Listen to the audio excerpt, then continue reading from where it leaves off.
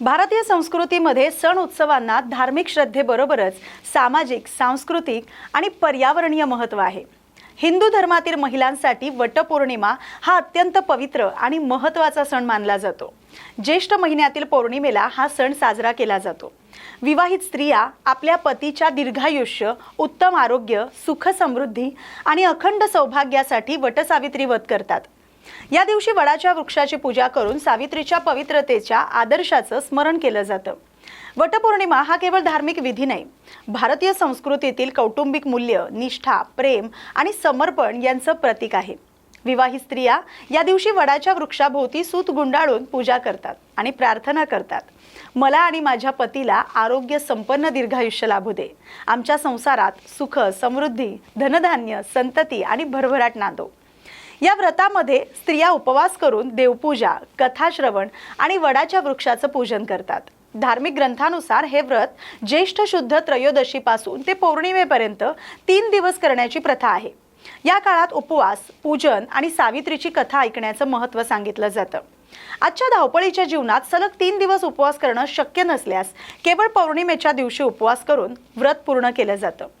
वड हा भारतीय संस्कृतीतील अत्यंत पवित्र वृक्ष मानला जातो। त्याचं आयुष्य खूप मोठं असतं आणि त्याच्या पारंब्यामुळे त्याचा विस्तार सतत होत राहतो। त्यामुळे वड हा दीर्घायुष्य, स्थैर्य, समृद्धी आणि अखंड जीवनाचं प्रतीक मानला जातो। वडाच्या वृक्षाच्या पूजेमागे पर्यावरणीय संवर्धनाचा महत्त्व संदेशही दडलेला आहे। भारतीय संस्कृतीनं वृक्षांना देवता समान मानून त्यांचं संरक्षण करण्याची प्रेरणा दिली आहे। वृक्षांमुळे पर्यावरणाचं संतुलन राखलं जातं, प्राणवायू मिळतो आणि जैवविविधतेचं संरक्षण होतं। त्यामुळे वटपौर्णिमा हा सण पर्यावरणीय संरक्षणाची जाणीव करून देणारा उत्सवही आहे। वटपौर्णिमेची एक पौराणिक कथा आहे। प्राचीन काळी भद्र देशात अश्वपती नावाचा एक राजा राज्य करत होता। त्याला सावित्री नावाची अतिशय सुंदर, बुद्धिमान, नम्र आणि गुणी कन्या होती। विवाहयोग्य वय झाल्यावर राजानं सावित्रीला स्वतःचा जीवनसाथी निवडण्याची परवानगी दिली। सावित्रीनं शाल्व देशाचा अंध राजा धृतसेन याचा पुत्र सत्यवान याची निवड केली। सत्यवान अत्यंत सद्गुणी, पराक्रमी, धर्मनिष्ठ होता। मात्र भगवान नारदांनी सावित्रीला सांगितलं की सत्यवानाचं आयुष्य केवळ 1 वर्ष शिल्लक आहे। तरीही सावित्रीनं आपल्या निर्णयावर ठाम राहून सत्यवानाशी विवाह केला। विवाहानंतर सावित्री जंगलात राहून आपल्या पतीची तसंच सासू सासऱ्यांची मनोभावे सेवा करू लागली। सत्यवानाच्या मृत्यूची वेळ जवळ आल्यावर तिनं 3 दिवसांचे कठोर व्रत आणि उपवास सुरू केले। नियोजित दिवशी सत्यवान जंगलात लाकडं तोडण्यासाठी गेला तेव्हा सावित्री देखील त्याच्या सोबत गेली। काम करताना सत्यवान अचानक बेशुद्ध होऊन तिच्या मांडीवर प्राण सोडतो। त्याच वेळी यमराज त्याचे प्राण घेण्यासाठी येतात। सावित्री यमराजांच्या मागे चालू लागते। यमराज तिला अनेकदा परत जाण्यास सांगतात, परंतु ती आपल्या प्रेमामुळे मागे हटत नाही। तिच्या बुद्धिमत्ता, निष्ठा आणि पवित्रतेने प्रभावित होऊन यमराज तिला 3 वर मागण्यास सांगतात। सावित्रीनं प्रथम आपल्या सासऱ्यांचे डोळे आणि त्यांचे हरवलेले राज्य परत मिळावा असा वर मागितला। दुसऱ्या वरात तिनं आपल्या पित्याला भरभराट लाभावी अशी इच्छा व्यक्त केली आणि तिसऱ्या वरात तिनं स्वतःला सत्यवानापासून पुत्रप्राप्ती व्हावी अशी मागणी केली।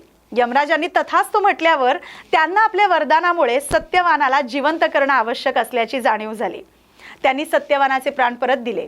सावित्रीला वडाच्या वृक्षाखालीच आपल्या पतीचे प्राण परत मिळाले आणि त्या घटनेच्या स्मरणार्थ विवाहित स्त्रिया ज्येष्ठ पौर्णिमेला वडाच्या वृक्षाची पूजा करून वटसावित्री व्रत पाळतात। वटपौर्णिमा हा सण कुटुंबातील प्रेम, विश्वास, समर्पण आणि परस्पर आदर वाढवणार आहे। या दिवशी महिला एकत्र येऊन पूजा करतात, कथा ऐकतात आणि सामाजिक ऐक्य दृढ करतात। परंपरा आणि संस्कृतीचं जतन करण्यास हा उत्सव महत्त्वपूर्ण ठरतो। वटपौर्णिमा हा हिंदू संस्कृतीतील श्रद्धा, पवित्रता, कुटुंब व्यवस्था आणि पर्यावरण संवर्धन यांचा सुंदर संगम आहे। सावित्रीच्या आदर्शातून निष्ठा, धैर्य, बुद्धिमत्ता आणि चिकाटीचा संदेश मिळतो। वडाच्या वृक्षामुळे, पूजेमुळे नैसर्गातील आदर आणि वृक्ष संवर्धनाची भावना निर्माण होते। त्यामुळे वटपौर्णिमा हा सण केवळ धार्मिक विधी नसून भारतीय संस्कृतीतील जीवनमूल्यांचं जतन करणारा आणि समाजाला पर्यावरणपूरक जीवनशैलीची प्रेरणा देणारा महत्त्वपूर्ण उत्सव आहे।